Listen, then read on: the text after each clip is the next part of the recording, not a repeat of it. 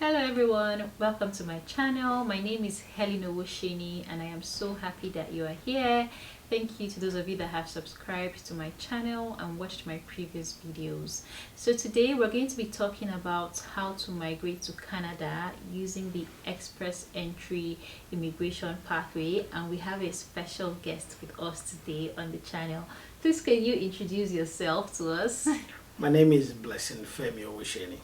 Nice to have you, Blessing. Blessing is actually my husband, so I invited him today because he has more knowledge about the immigration pathway. I mean, we did it together, but he did more of the work. I didn't even check the application until it was time to submit, or maybe after submission. So that's why he's on the channel, because he has more details about it. So before we go into the details, I would just like to state that we're not immigration officers. We're not we don't work for the government of Canada. We are not able to guarantee that you would get your visa. We're only going to tell you steps to take and how we did ours. So we're just telling you what to do based on our own experience, you know, so you can learn a thing or two about the whole immigration process. Also, I would like to add that this was something that we did by ourselves. We didn't use any agents, because we get asked a lot of times, please give me your agent's contacts, give me your agent's number. We didn't use any agents. And I would also like to let you know that you can do it on your own without any agents. Please save yourself the money, because you need it when you land Canada. Okay, so now that you guys get that, let's just go right into the video.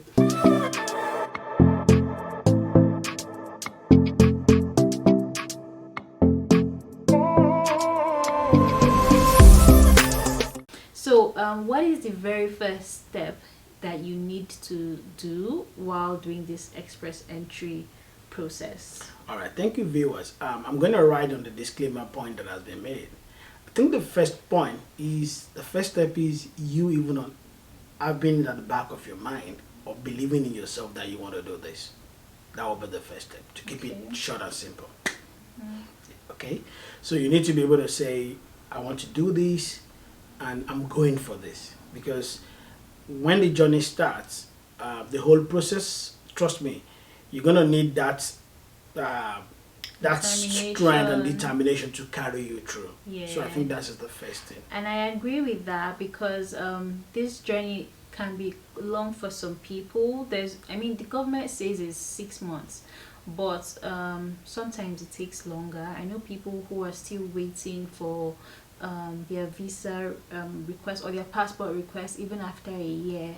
So you need a lot of patience and you need a lot of determination to keep going, even if your application is delayed. So yeah, so what's the next step that you need? Yeah, so the next step that you need actually is checking your eligibility. You know, it's not going to be nice if you spend time, money and effort, then you discover that, oh, I can actually continue because I didn't meet the requirements, right? So you need to check your eligibility. And the good thing with eligibility is the government of Canada has made it very easy for you to do. So you just go to the link that will be in the description and just follow it, answer a couple of questions, your name, your age, work experience, just a couple of questions, doesn't take too long. Yeah, qualification, exactly. You know, things so, about you.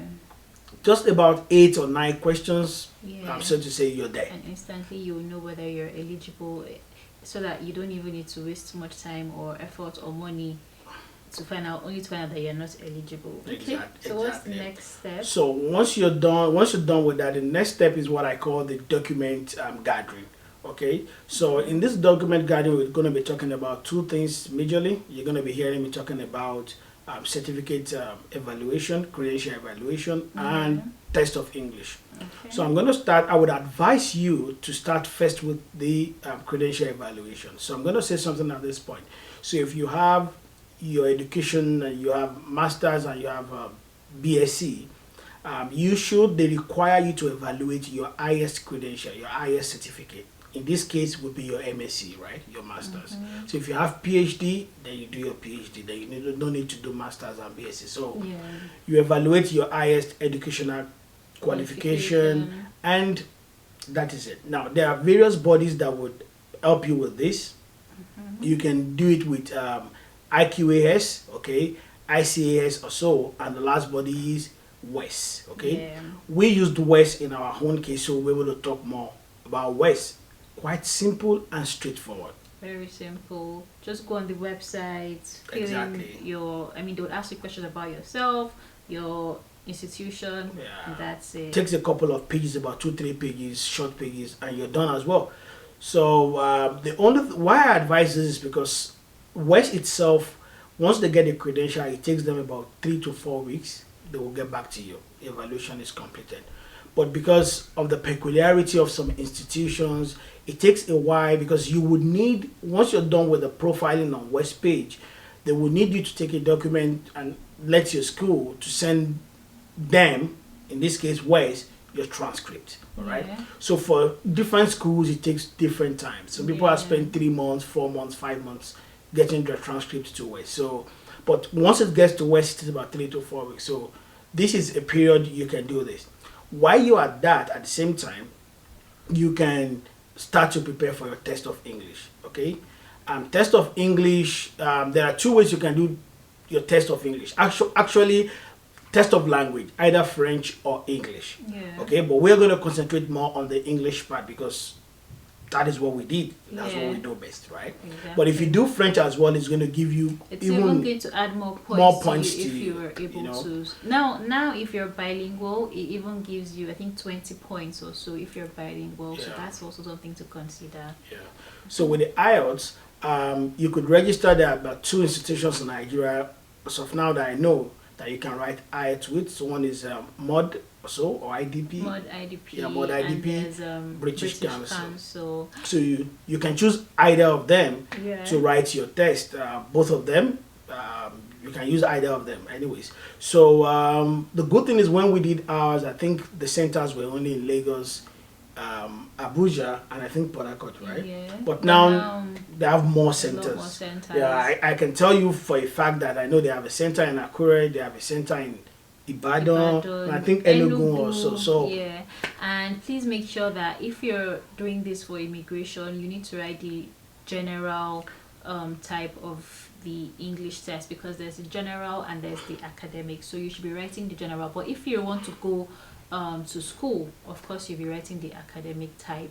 So also the cost of the exam is about 73 or 75,000, not really sure, but something along those lines. yeah, so you can always confirm whenever you're ready to write. It changes, Yeah, no one exactly, can tell. So exactly. you can always confirm the price and just make whatever you have to do with that. Now, on this IELTS, I'm going to say something very important. There are about 4 modules which you need to write.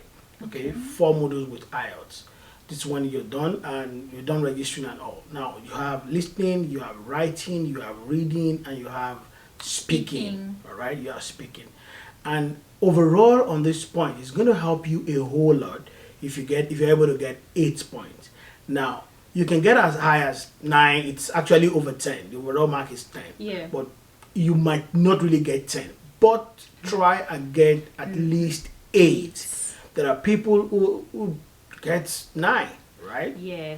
And one thing I would say, the difference between 7.5 and 8 is It's a a whole lot. lot. It's a lot. And It's a one lot. thing with this journey is you need to be able to maximize and use and get every point. Every point counts. Okay?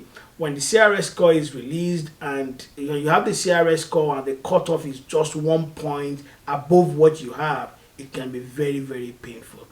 And at this point with IELTS, one thing you need to do is your listening and your reading, right? You need to get a minimum of 8 points. Now, a disclaimer here, you can get more. Yes, people get 8.5, people get 9. You should actually try Aim to get more. 9. Aim to get 9. But the minimum you should be 8. 8. Now, for the remaining 2, which is the reading and speaking, No, the speaking writing and and writing. yeah, writing and speaking, Yeah. you can get 7.5. Now, Yeah. you should aim to get more. The minimum should be 7.5. 7.5. So yeah. by the time you get 8 points in the first one and you get 8 points on the second part, you will get minimum of 8 points. Now, overall, you should get a minimum of 8 points. Now, this will help you regardless. It's going to help you regardless. It's going to increase your score point. Okay? Yes. And the reason why this is necessary, I'm not sure if we mentioned, is that the express entry is a points-based system. Okay, so everything is points-based. How many years of experience you have is a point. Your age is a point. Your English language proficient, whatever, everything is points based. So you are trying to max out points in every area.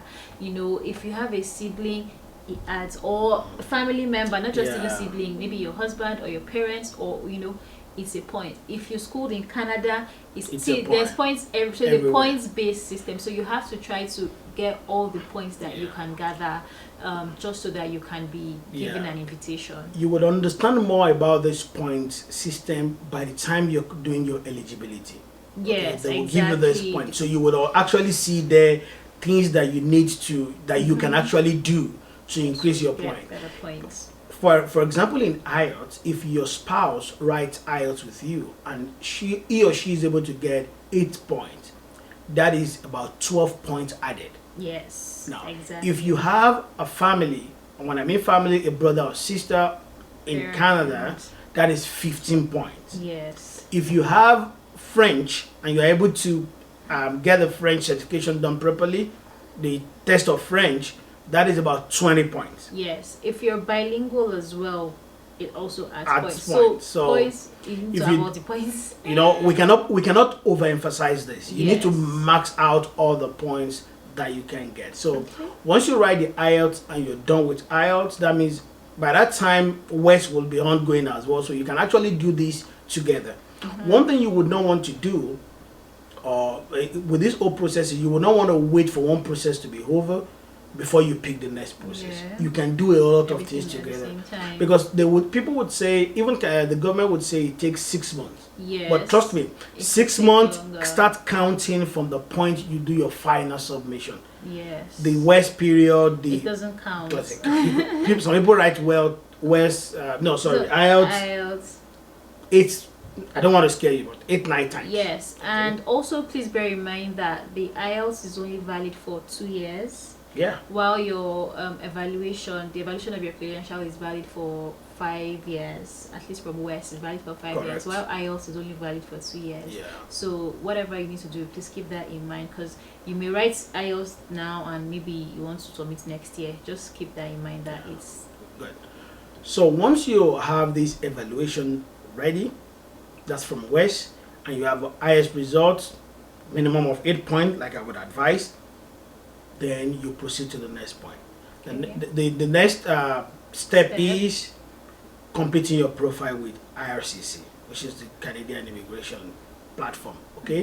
Once you complete your profile, they will asking you basic questions, and one thing I would also advise here is ensure you fill in correct information. This would help you to be very consistent. You're going to be repeating the same answers. They'll be asking you the same question in different ways over and over again. So you complete this document, you submit, then you're in the pool. All right. Now the pool system is a system that everyone that is qualified will be in this pool all over the world. It's not only in one country. All over the world, everyone will be in this pool. And they do. Canada does draws every month. Not every month, sometimes 2 weeks, sometimes 3 weeks. The last draw was December, right? Yes. And the last score was 468, right? So you cannot tell when they will do it. That is just the truth. You can't tell. But you need to be in the pool. So whenever the draw is done and you're in the pool and you meet the cutoff, you're good to go.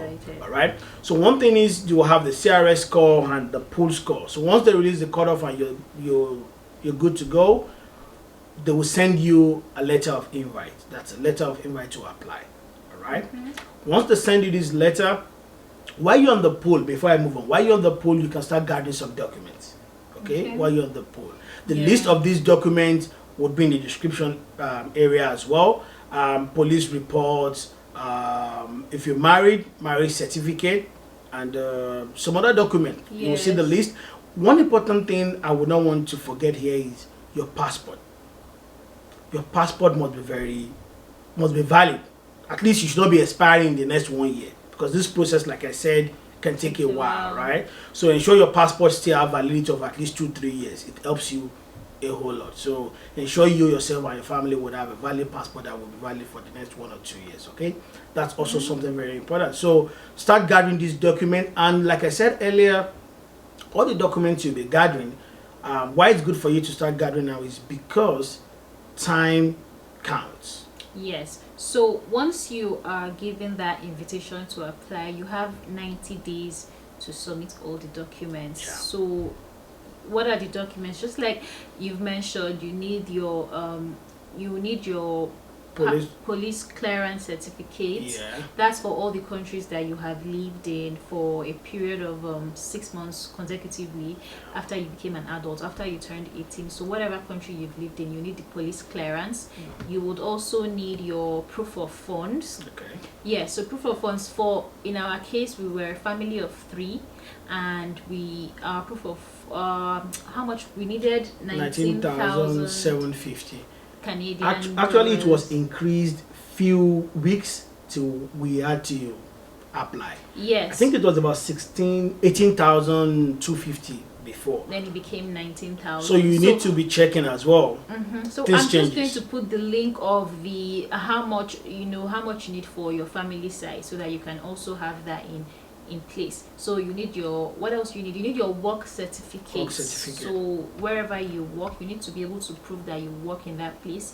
You need a letter-headed paper from your HR or whatever, signed, stating your job role, your job description, even how many hours you worked.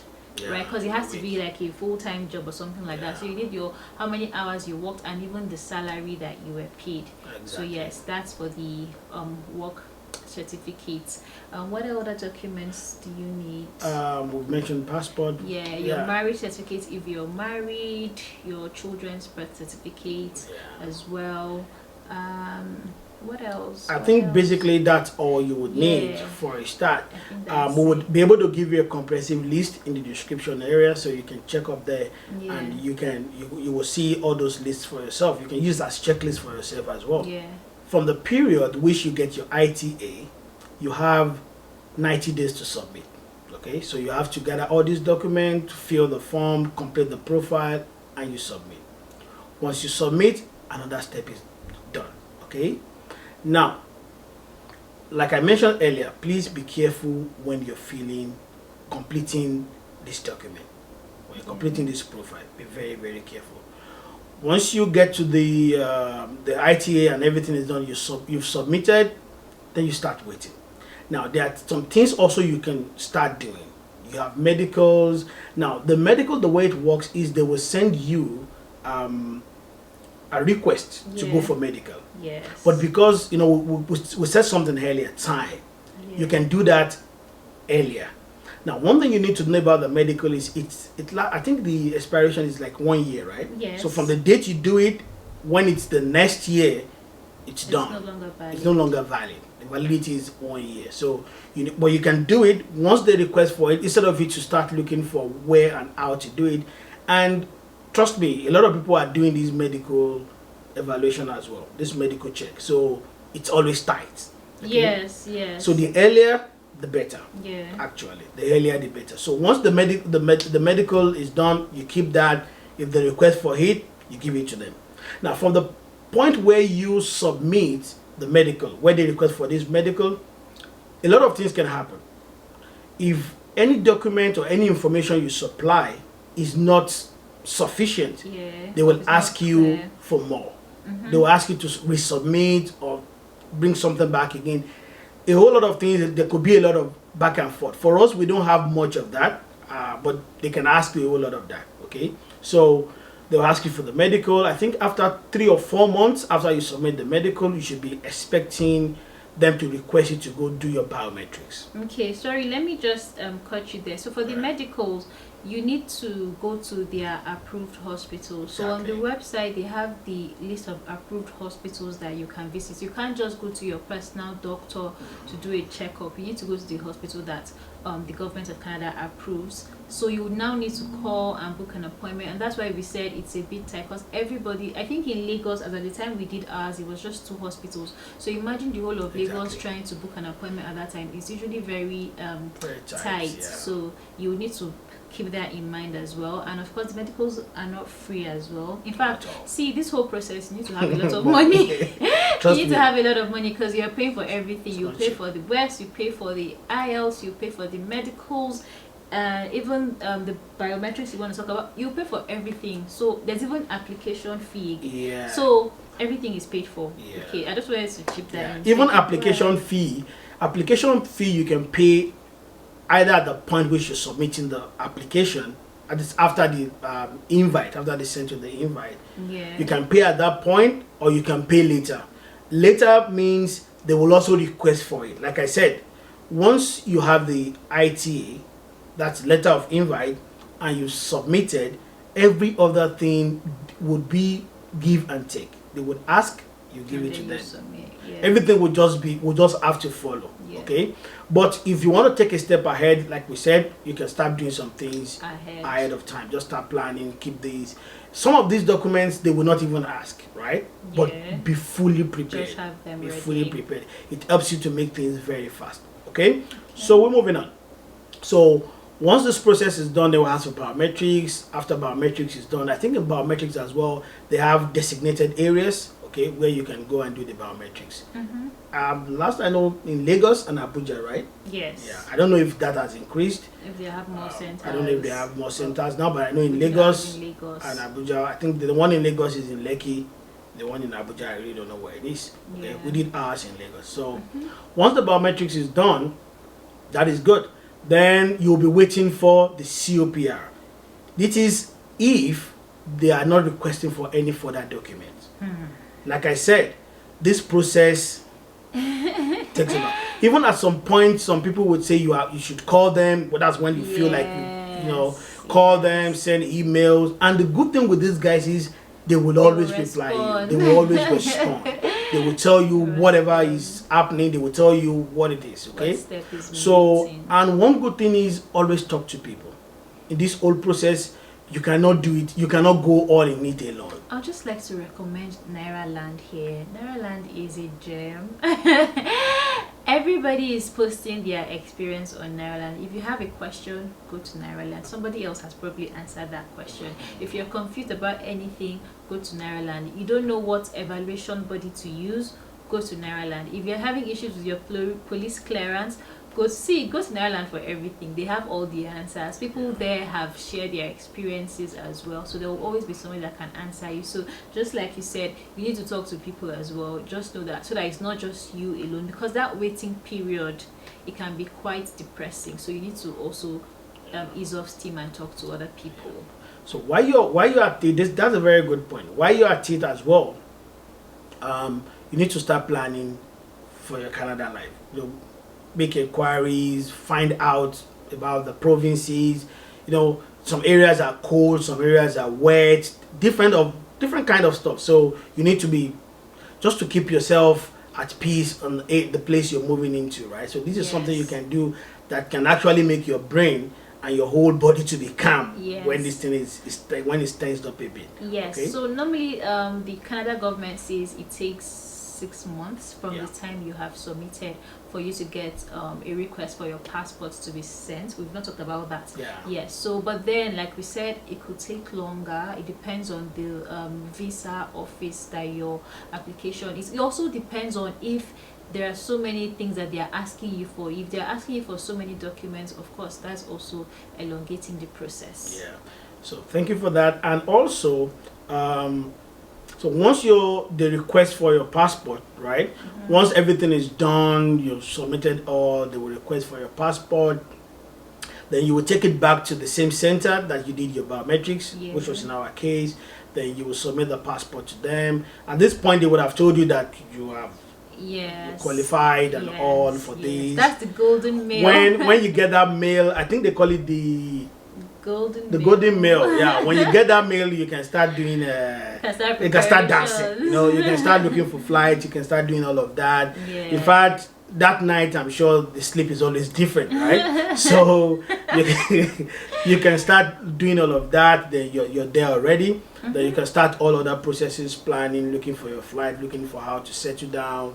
There are a whole lot of things. One other thing I would like to mention here is you can always come to the comment section here and ask questions. as much as we know and we're aware of, we'll be able to answer you. Ask as many questions as you can. We'll be able to answer you as to the best of our knowledge, right? Yeah. Like we said, we are not agents, or we're not visa processing agents as well. But based on what we know and through the process we've been through as well, we'll be able to help you answer your question. So basically, let me just have a quick recap of what we've talked about. Number one, you need to be sure you want to do this and put your mind into it. Number two, you need to check eligibility. The link for that would be in the description box. Yes. Sorry, let me just add that I don't know if we've mentioned occupations in demand. While you're also checking your eligibility, you need to also know if your occupation is in demand, because not all occupations are needed for the express entry. That's so true. they have the occupations classified, NOC O A B C. I think there's even D, but it's only NOC OAB that is needed for the express entry. It doesn't mean that other ones cannot come to Canada. You still can come, but through different other immigration paths. So while you're checking your eligibility, also check if your occupation is in demand. Yeah, I would like to also have a quick cap on that. If you're a nurse or medical practitioner, you might not be in that NOC. There might be another path for you to follow. Just research. Just search, and for us, we didn't come through those paths, so it was quite easier. Also, there are other paths you can come in through, right? Yes, express entry. There's Pilot Atlantic or something like that. There's provincial. There's provincial. There are lots, right? So there are a lot of them. this is the only one we're talking about express entry here for the federal. Did. That's what we did, and that's what we know. And so back to where I was. So once you do the eligibility, all that is done. Then you move on to the preparing documents. Your West first. Now I'm saying West directly. Your West first for evaluation of your document. Then your proof for test of English. Okay. After your test of English, you can start gathering some other documents. Go into what? Your profile. You create your profile on the platform, on the immigration platform. Once you create this profile, you get into the pool. Once you're done with the pool, once you're in the pool, if you meet the cutoff, they will send you, there will be a draw, they will send you an invitation. Once you get the invitation, you have 90 days to complete your whole gathering of information, completing the whole form, and submit back to them. Once you submit back to them, it's now a point of give and take. Ask and give, something like that. So if you don't need anything, they're not going to ask you anything. That means everything is fine. If they need something, your documents are not clear enough, they're not sure about some things you submitted, they would ask you. And that was why I also mentioned while we were doing this, that be consistent as much as possible. Okay? So you prepare for your medical, they're going to call for it. Then the next one, the biometrics. Once they call for the biometrics, you submit that. At that point, you're almost ready to go. Then after biometrics, if nothing is missing and they are not requesting anything again, then they will request for your passport. At this point, the green light is here. Okay? So once they request for the passport, you will take it also to the place where you submitted where you did your biometrics. In our case, it was in Lagos. So you do that, and you get your passport back, stamped with the Canadian flag on it. it's beautiful. So and at that, this is the whole process actually. So at that point, you're done, and you can just prepare to move yourself and family and relocate to Canada. So basically, I hope that this video has been very explanatory and very detailed on how you can migrate using the express entry immigration pathway. If you still have any questions, please leave it for me in the comment section. You can also send me an email, you can send me an Instagram DM, whichever way you would like to reach out to me if you have just a simple question that you're unclear about, and we will be able to answer the question. So if you like my video, please give me a thumbs up. Please subscribe to my channel. Please share this video with all your friends, with all your family, and I will see you in my next video. Thank you. Bye bye. Au revoir.